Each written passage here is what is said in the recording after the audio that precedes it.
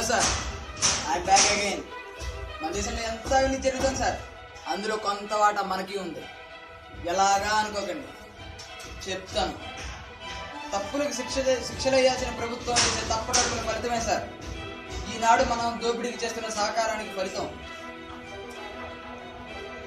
మన దేశంలో litre petrol rate ₹70.49 sir. అలాగే డీజిల్ రేటు ₹62.28 సార్. అలాగే మనం రోజువారీ వాడే వంట గ్యాస్ సిలిండర్ 14.2 కేజీలు బరువు కలిపి ₹507.05 సార్. ఇంకా కేజీ బాస్మతి బియ్యం ₹70.18 సార్. ఇదే కాదు, కొందరు బతుకు తెరువు కోసం వాయించుకునే డబ్బుల దగ్గర నుండి ప్రతి ఒక్కరి జీవిత ఆధారమైన పప్పు దాకా ప్రతి ఒక్కదానికి ప్రభుత్వం ప్రైస్ ఫిక్స్ చేస్తుంది సార్. ప్రతిదీ పైసల్లోనే ఉంటుంది సార్, ప్రతిదీ పైసల్లోనే ఉంటుంది. మనం ₹71 ఇస్తే పెట్రోల్ కొనుక్కోడు, మిగతా 51 పైసలు చిల్లర ఇవ్వరు సార్.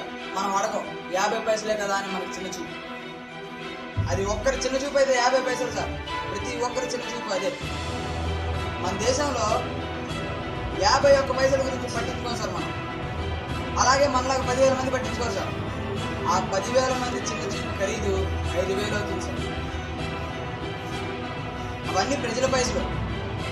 ఏమవుతున్నాయి సార్, ఏమవుతున్నాయి?